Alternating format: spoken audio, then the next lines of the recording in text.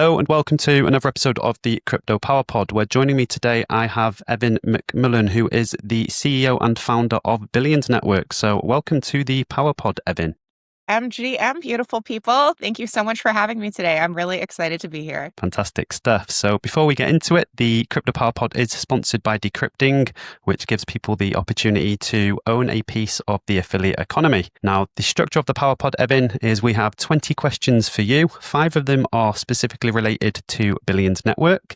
And then we have 15 questions that get your personal thoughts, opinions, and experiences, and some linked to the crypto space as well. So when you're ready, we'll kickstart it with question number 1. All right. It's another gorgeous day on chain. Let's get this party started.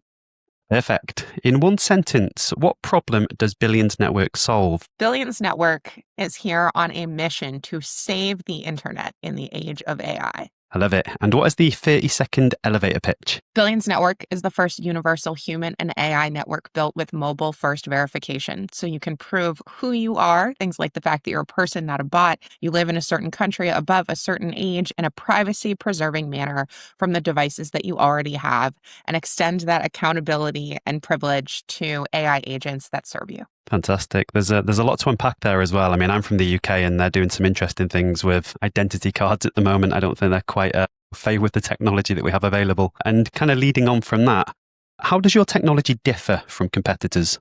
So our tech stack is a bit of a different approach than many other of our peers because we do not use centralized servers with permissioned accounts, meaning that you don't have to ask us for permission to use Billions Network. It is permissionless and decentralized. That also means that we can't arbitrarily delete a user account at any time just because we feel like it. Rather, users are in control of their own accounts and their own data. Additionally, we do not require any special hardware. So we don't have any proprietary cameras or anything like that. You can use the devices that you already have. Also, what makes us a bit different than many others is that we build with open standards. So what that means is that our data is natively interoperable with Web2 legacy systems. It already works out of the box on any blockchain.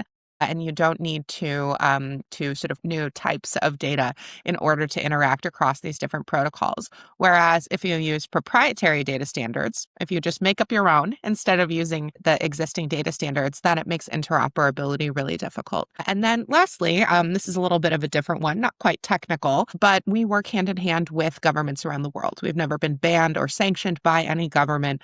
And, a number of our peers out in the ecosystem like to tussle with governments, take a little bit more of a collaborative view there. That's extremely positive. And yeah, I've downloaded the app myself. I've gone through the identity process with Billions Network and it is completely seamless. It takes a couple of minutes. And as you've said, it integrates with the technology that's already available, which is obviously the biggest pinch point for Web3 adoption, and particularly things like identity, where people are becoming a lot more conscious about the data, who they're sharing it with, and obviously how they're sharing it and how that's stored. So what's the biggest misconception that people have about what you're building? There are certainly many. I think the biggest misconception that people who don't know us have about what we're building, I think, is that it's really complicated and difficult to use. So exactly as you had just described, the friendly user experience of downloading a native application, smiling for the camera, or taking something like your passport, tapping it to your phone can only, take a few seconds to a few minutes. And it is not going to be an hours long, really complicated process that feels stressful, that, requires you to do all these foreign activities. And I think often when you hear the word crypto, that kind of stresses people out if they're not super familiar with the tech stack or with cryptocurrencies, with tokens. And so we are frequently demystifying the complexity that comes along with the word crypto. I like to say, our main focus is crypto like cryptography. And so you don't need to understand how tokens work in order to benefit from the security that we enable. I think that's some great insights again. And I actually learned through Billions Network that I was able to scan something in my passport. I didn't realize there was a chip that was scannable to that extent. So yeah, very, very interesting learning curve for me. And I've been in this space for 4 years. So What's pretty cool about that actually is that there are many governments around the world that have not only passports, but also national ID cards that have NFC chips in them. And because we have an NFC reader, many of us, in our existing smartphones and our existing mobile devices, then it makes it really easy for you to be able to tap your NFC chip enabled document to your phone and to trustlessly be able to prove the traits and capabilities that are expressed on that document to a third party without revealing the underlying information. And so the real magic there is that the government actually has a public key that they use to sign your passport. And that information, that public key signature, is expressed in the NFC chip. And so in that way, we with Billions Network Tech can make it really easy for you to check that government signature, prove that it is intact and it hasn't been tampered with, and then leverage a digital form on-chain or online of the information in your passport. Perfect. Seamless adoption is coming for this. I'm absolutely convinced. What is the biggest alpha that you can share with us at this point in time?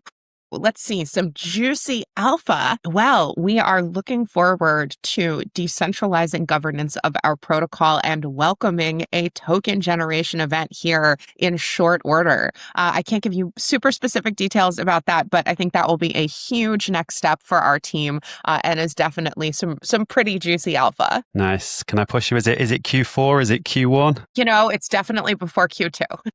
Okay, perfect. Let's move on to the more personal questions and your experiences, Evan. What's the worst advice you've ever been given? Worst advice I've ever been given. Try the sweet pickles. You'll like them better than the dill pickles. Nice. I like it. Completely abstract there, but I love it. I'm a big dill pickle girl, and so that's a very literal thing. It was very disappointing for me to eat sweet pickles. What's your favorite conspiracy theory that you don't actually believe? My favorite conspiracy theory that I don't actually believe is that Vitalik himself, privately, on an individual basis, has all of the private keys for Ethereum. Yeah, that's a big theory. I mean, there's a lot of people that are walking around very concerned that he's in control. Yeah, I think that one, or birds aren't real. Yeah, I mean, there are some mad theories out there, aren't there?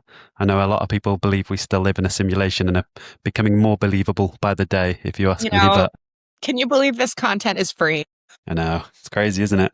How fortunate we are. Which non-crypto app do you use the most? I think the non-crypto app I use the most, probably Instacart, because I am often working so much that I won't have time to go to the grocery store. And so I will have my groceries delivered. Yes, I think that's fair. It's convenience. And I think that's only going to increase as we progress as well. But a lot of people working from home as well. It's a very different working environment now than it was probably even 4 or 5 years ago. What's your most irrational fear? What's my most irrational fear? Probably spiders. Any shape and size, or specifically tarantulas, or? I grew up on a farm, and so for the most part, bugs don't bother me. But there is just something about the way that spiders move that I really don't care for. So any shape, size, I would really rather not. You're quite right. I think we're just naturally, instinctively very wary. If you had a clone, what would you have them do? If I had a clone, that would be so fantastic. I would have them excavate my inboxes and ensure that I had responded to all messages promptly and read all interesting new information that had come my way so that then we could mind meld later. I would leverage my clone as a way to duplicate my time, like Hermione Granger's time turner. That sounds like a fantastic addition. I hope that my agent will be able to perform just as well. It's interesting as well, whether people use the clone for work purposes or doing the daily chores in the house and things like that. So yours is a work clone. Well, I'm expecting to have, a sentient hardware robot army in my apartment taking care of the cleaning while my clone and I attend to the busy work. I don't think we're that far away. I'm going to say within the next 10 years, that's going to be a pretty standard household expenditure. Well, my Roomba and I will take that bet. Sounds good. What's your favorite internet rabbit hole that you've recently gone down? That's a great question. So I grew up in Ohio in the United States, and we're a big football state. Oh, the Ohio State University is a popular university there that plays football. And when I was growing up, they were quite good. And there was a time, it was like fairly young, maybe my early 20s, when there was a coach named Urban Meyer who went from Florida to Ohio State after contentious years as rivals. And so I recently fell down an internet rabbit hole about Urban Meyer's coaching of the Florida football team. They call it the Swamp, and some of the unique coaching strategies that he used on his young players and growing team to be able to win national championships over SEC teams that were twice their size and speed. And so whether it's things like fake punts and trick plays or having a quarterback who's able to run the ball instead of just throw it, I think it was a great reminder to me of how really good leadership sees opportunities for creativity everywhere. And just because things have been done a certain way for many years doesn't mean that is imperative to continue if you can see a different way to do things. So I'm big football girl and fell into a little bit of an internet rabbit hole about Urban Meyer's coaching strategies between Utah, Florida, and Ohio. I think that's an awesome rabbit hole. I'm from the UK. I obviously haven't grown up with American football, but I watch all the Netflix documentaries. I'm absolutely fascinated by it. Now, what's the last thing you bought that wasn't a necessity? The last thing that I bought that wasn't a necessity. Oh, actually, this is kind of a funny one. I bought a new food scale the other day because I really like to bake cookies and cupcakes and cakes for my friends' birthdays. And with baking, it's quite a scientific process. You have to be very precise with your measurements, and often using spoons or using cups to measure dry ingredients, especially very small amounts of things like baking soda or baking powder, can be quite imprecise. And so using a food scale and measuring your ingredients by weight can actually be a lot more precise. And so I am looking forward to executing my cupcakes with precision now that I have this new food scale. Nice. I think, yeah, unless you've actually baked a cake, you don't realize how precise you have to be. Certainly. And so, in the same way that we are precise and careful in our JIRA cards and our, continuous CI/CD process and engineering and elegance network, so too am I precise with, the amount of sprinkles we're adding to the cupcakes. Absolutely. So what do you do for fun other than baking cakes? Everything I do is fun because I'm fun. But outside of baking cakes, I love to go hiking here in beautiful Los Angeles, California. I also really enjoy watching sports. I think we'll get into that in a minute. But that's definitely a fun activity that I enjoy. I also really love to travel. And so it's a wonderful dovetail with, a role and working with a team that requires me to visit different places. But, these days I definitely don't have as much time for fun hobbies as I used to because I am fully locked in and focused on billions. But definitely enjoy a cupcake and a game and an adventure here and there. Nice. I think that's a great balance. And every time I speak to founders, a lot of them like just kind of stepping away and enjoying nature, touching base with the things that really bring them out of the builder zone, because it can be quite intense at times. So I think you've got a good balance there. What's your favorite movie of all time? Ooh, excellent question. My favorite movie of all time is called Dr. Strangelove. And so this is sort of like a satirical movie made sort of a generation before me about the proliferation of nuclear weapons. And I know that sounds kind of crazy, but I promise, dear listeners, you guys will enjoy it too. So nice. Yeah, I've heard the name. I don't think I've seen it though, or if I have, it's definitely not one I remember. So I'll have to look it up. highly recommend. You can watch it over and over again. What's something in crypto that everybody loves that you're just not that into? I'm going to say non-transferable NFTs, like soulbound NFTs.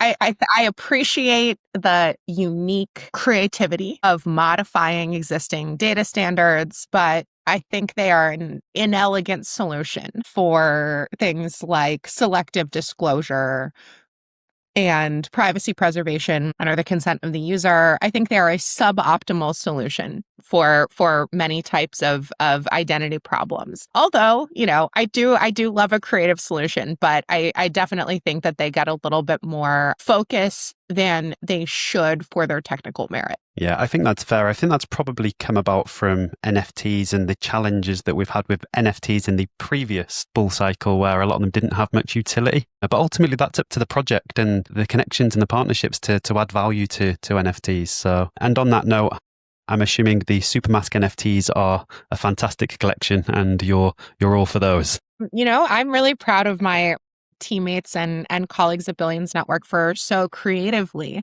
developing an NFT practice to engage our community sort of at their request and interest. The very first set of NFTs that we launched earlier this year were simply an experiment. We minted them for free and gave them away. And then they became, I think it was maybe one of the top two collections on Magic Eden for a while. There was a ton of community excitement around those assets. And so that's why we kind of took the feedback from our community and created another collection and are excited to release more in the future as well. So definitely a great example of, ways in which I think our team is very attuned to and focused on being able to receive feedback from our community and respond to it accordingly. Absolutely. And the Supermask NFT is very creative, very colorful. And I've seen some incredible content as well. People have really driven the content side of things. So I've seen some awesome videos. What's your dream collaboration partner? So this could be a person or company, and it doesn't have to be crypto related. I would say some dream collaborations would be, on a personal level, the Cleveland Browns football team would be pretty great. But on a technical level, I would love to work with a team like Anthropic,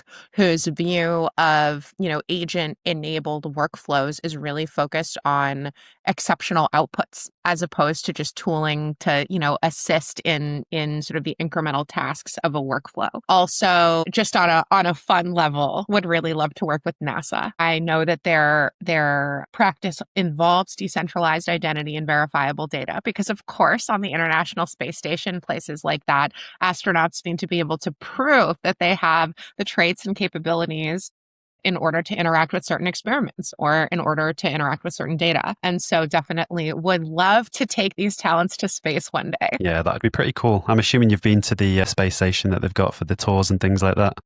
Yes, sir, I have. And so, so if NASA's not available, we'll happily chat with Blue Origin or with SpaceX or any of those folks. Great stuff. Do you have any weird superstitions or pre-meeting rituals? Let's see. So I think overall, I am more creative, or I have the opportunity to be more creative, to release more of my creativity when I'm walking outside. And so prior to a brainstorm meeting, I will try to take a quick spin around the block if I can, run away from my desk briefly to just sort of seek some sensory cross-training. And in general, I also believe very much in sensory cross-training and sort of intellectual cross-training. And so whether that's taking a meeting instead of in a coffee shop in a creative and surprising place like a fish market, which is something that I did the other week, or whether it's planning an activity with our team that's totally unrelated to the subject matter of our work so we can have a shared experience in a different environment. I think that kind of approach to inspiration being found everywhere is one that is very scalable. You keep your team on your toes. Sounds like there's a lot of fun there. So yeah, I like that. I like that. We're on to the sports question, Evan. So what sport do you watch, if any? And do you have a favorite team or many? Oh my gosh, I will watch any sport. I love watching sports. I love getting very invested in sports. But as far as teams that I follow regularly, I grew up as a huge fan of the Cleveland Browns, the Cleveland Indians baseball team, now called the Cleveland Guardians, and the Cleveland Cavaliers basketball team. But here in Los Angeles, I am rooting for the Dodgers, who are actually in the World Series this week against Toronto, against the Blue Jays. And so that's very exciting for us here as baseball fans in LA. As far as European football goes, I am an ardent fan of FC Barcelona. And in the spring, I love to watch March Madness college basketball games. Nice. Yeah, there's a great mix there. I was going to say, if anybody wants to get on Evan's good side, just start talking sports. Send us some sports memorabilia. Oh my gosh. So if anyone also is thinking about prediction markets and what that means for the world of competition, that's definitely also an unrelated topic that I think about a lot in the context of sports. We're on to bucket lists. What's your number one thing to tick off? Launch a token. That's it. Just hope it goes well. You asked for number one. That is my number one focus, consideration, objective thing that I care about. Until that is out the door, there is nothing else. This is one dedicated founder. So yeah, I'll be looking forward to the token launch, which is going to take place before Q2 2026. So yes, sir. Stay tuned. And the final question, what's next for Billions Network?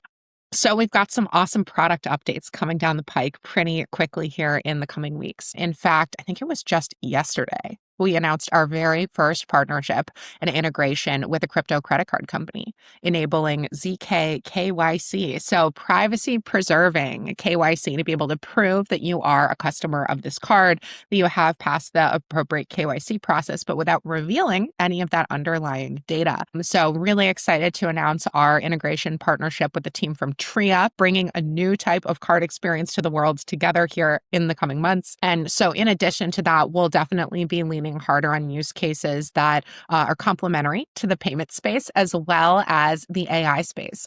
So we know that stablecoin payments for agents are impossible unless you can verify who that agent is, because we can't be sending out machine money unless we know who we're paying. And so working closely with our partners in the AI space to bring our agent SDK to the broader world after we've been testing it in private is going to be something really exciting to look out for. So if you're building in the AI space, you're interested in the payment space, definitely worth spending some extra attention checking out Billions Network in the coming weeks. Yeah, I think, again, there's some huge alpha there. If anybody is paying attention to the AI space and what's being built with agentic economies and ZK proofs and the value that people have on not wanting to specifically KYC everywhere, then yeah, there's some huge alpha there. And I've already been connecting the dots with certain projects in my head that I'm just expecting are going to partner over the next 12 months. Because it just makes sense. It's been fantastic having you on today, Evan, and really getting to know you more as a person as well.